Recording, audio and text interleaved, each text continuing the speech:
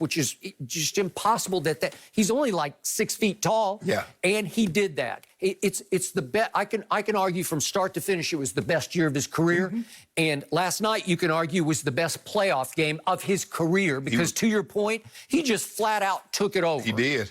But I still say the door got left open. And my biggest point about the Rockets right now is I believe they would have been better off in this series if he had not come back. Now, if they happen to win this series and get to your team next, you need stars versus stars. You need star power.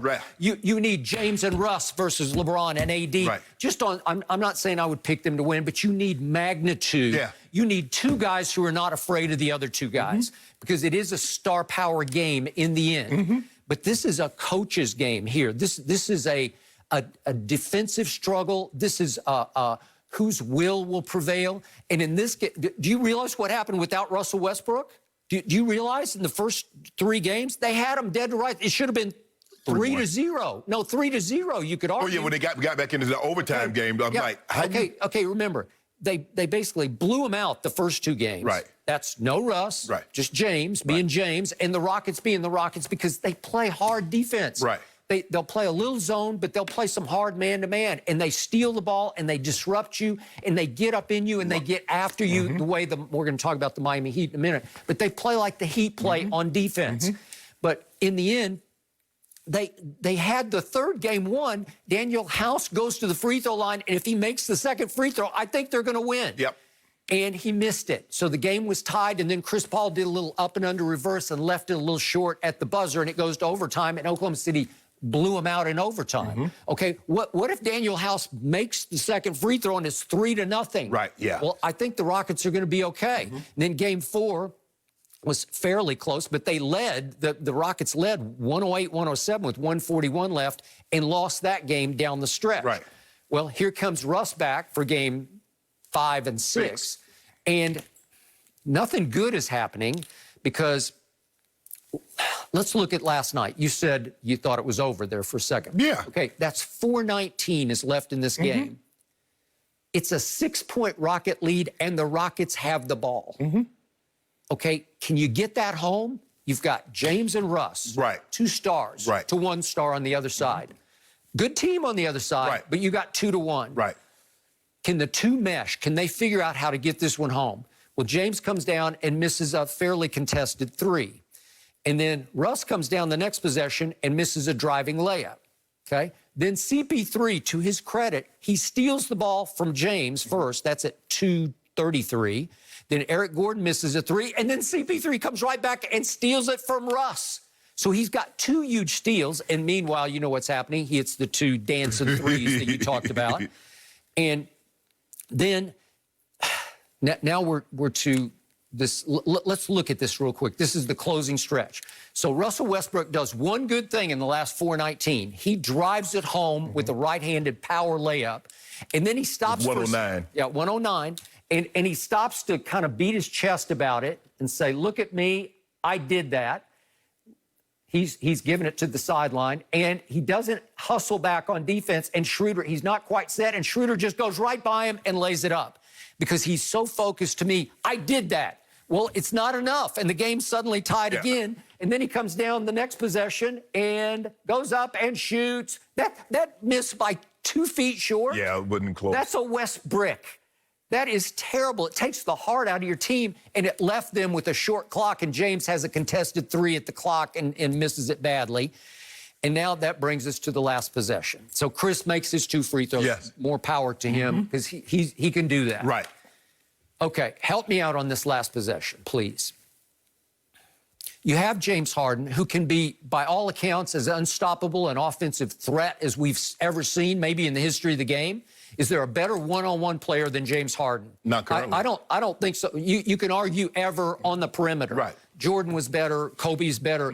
Full all court. But I'm talking about as a perimeter player. It's just hard to deal with him because he can do 2 things. He can step back and he can go right by you and lay it up with either hand. And he's got great slither through the lane to slither. And you finally me going to the free throw line, he's going to make them because he's about a 90% free throw shooter. So what were they doing? Russ takes the ball up the floor, And James goes and tries to pick for him. Right. But it's a disaster. It's like a traffic jam of bodies in the middle of the floor. And Russ realizes that Chris Paul has come completely off P.J. Tucker, who goes completely to the other corner. He just leaves him. Right. So you could have had that shot all day. Right. You got a wide open three there to win the game. Skip, I'm watching this play unfold. If you look, and I'm thinking Chris Paul is getting picked, and so he's going to go meet Russ at the rim. He immediately goes to Covington because he knows that's what Russ wants to do. And Russ throws it away. First, I thought he cut off Russ. Yes, but if you Chris did it all. He sort of guarded the whole play. If you watch him, Skip, he immediately takes off to Covington. He did. Look at no hesitation. I got it. He was all over that play from the start. Because remember, originally he's on P.J. Tucker, who comes to the near corner. Right. And he just camped over there. He's like, you're not passing to PJ. Okay, all right. Well, I guess he just said, you're not going to do that. Yeah. Because it's Russell Westbrook and James Harden, and one of those two guys is going to shoot it. So you start off the play, and you've got Shai Gilgeous-Alexander's on Russ coming up the court, and then there's kind of a weak pick by James Harden, who's not exactly a pick artist, right? Is that what he does? No. And they said after the game, that's the D'Antoni said that's what they wanted to do. Right. What is it? What is they? So is Russ are they gonna switch men? Because Dort was originally on James, who's pretty strong and solid as a rookie out of Arizona State. Well, Skip, I'm looking at the play. Covington had it going from the three. Yep. And so I think Covington was going to take that last shot. Now, I don't know, do I want Covington or James? That was the plan. Because Harden picked Russ, because he didn't even drop the okay. If Harden picks, he drops the ball off to Harden. Okay, but he doesn't even look at Harden. Harden says to pick it. His mind is made up. He's throwing this ball back to Covington. Well, it looked like he realized Chris Paul is in my way and I got nowhere to go. Right. Plus, it's a traffic jam of bodies in the lane. Yes. There was no lane for him to take. Correct. And again, Russell's only 6'3", so he can't go up at the rim and just own the rim. I think in a situation like that, Skip, I want James Harden to have the ball in his hand on the last possession. And he's going to have to, with that little time left, he's going to have to dribble the ball. I want James Harden to have the ball in his possession. And that's not a knock on Russ because Russ is also a former MVP. But in that situation like that, I want James Harden to have the ball. And I need James to make a more concerted effort to get the ball on one of those three last possessions. For him not to have the ball in his hands. And I'm not just talking about skipping that bailout that you mentioned. He shot a late shot clock. You know, I need him to have the ball with some time in his hand. I'm going to trust him. He's going to make the right play or he's going to get fouled. I need James Harden to do that. Russ last night, and sometimes Russ he's out of control, Skip. He tries to do too much. He's a great player, but sometimes you can do too much. We didn't need him in that situation, Skip, to be Hercules. Let someone else help you do some lifting. And I just thought in that situation, he got caught in between. Came off the pick, and he's like, okay, let me just kick it back to Covington. And Covington was like, okay. But I'm going to give Chris Paul. Well, he didn't even kick it to Covington. He kicked it out of bounds. Kicked it out of bounds because he didn't have a plan.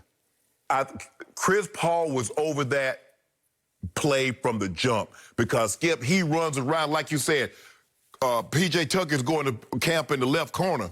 And he's like, man, they're not going to pass you this ball. Let me go around just in case he tries to I'm going to cut him off. But I'm going.